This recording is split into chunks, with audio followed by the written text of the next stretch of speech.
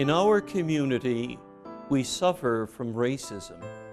We suffer from violence. We suffer from poverty. And we suffer from intolerance.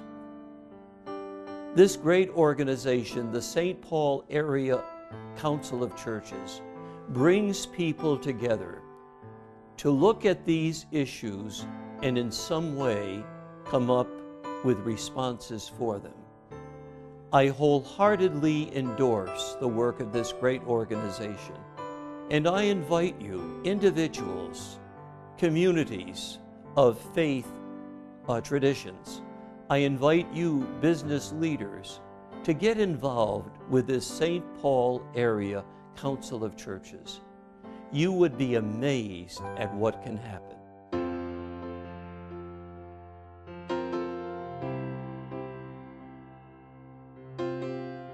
Not many of us are able to say personally we can celebrate 100 years of outstanding work and response to a call to make the world a better place. But certainly the St. Paul Area Council of Churches is able to do that.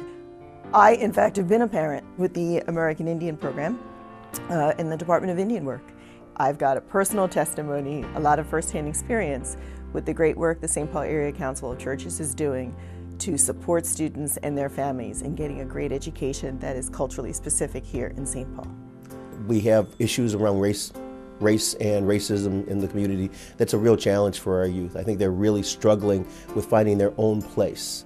It's something that should be very obvious and has been of great concern to our African American and American Indian communities. In fact, our students continue to be slower or further behind than majority students. Kids are really challenged. They have challenges with stable housing, challenges with a good education system, challenges to make sure that they have food on the table.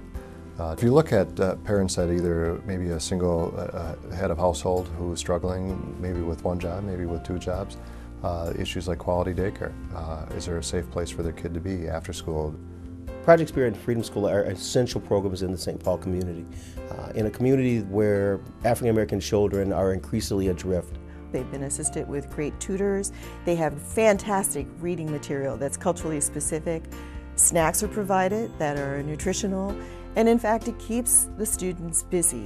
Their mind, their hands, and their spirit all thinking about, I'm learning and this is very exciting. It provides an anchor, it provides a base, it provides a context for them to understand where they've come from, and hopefully it gives them the tools to chart a better future, a future that doesn't involve guns and gangs and drugs.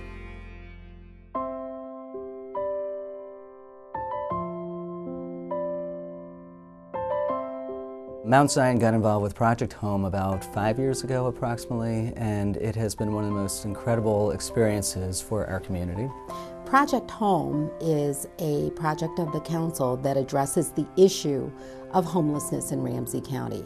Each month, through the participation of 250 volunteers working in churches and in schools and synagogues, the council provides housing for families. Mount Zion opens its doors 1 month each year and has people come to help out with the shelter, and as well to learn the stories of the people who are coming, to get to know the folks there, and to learn what they can do on an advocacy level for more justice in our community. And this past year, for example, 442 families were housed, which would include over 500 adults and upwards of 800 or so children who would have been without homes. And I don't think there is a single other organization that does this work as successfully as the St. Paul Area Council of Churches, because we work with the St. Paul Area Council of Churches on a congregational level, touching where people really are.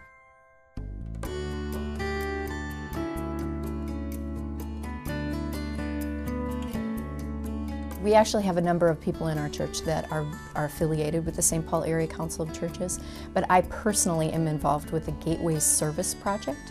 We collect items for the crisis nursery, such as diapers and formula and anything a baby might need. The St. Paul Area Council of Churches makes it so easy to volunteer.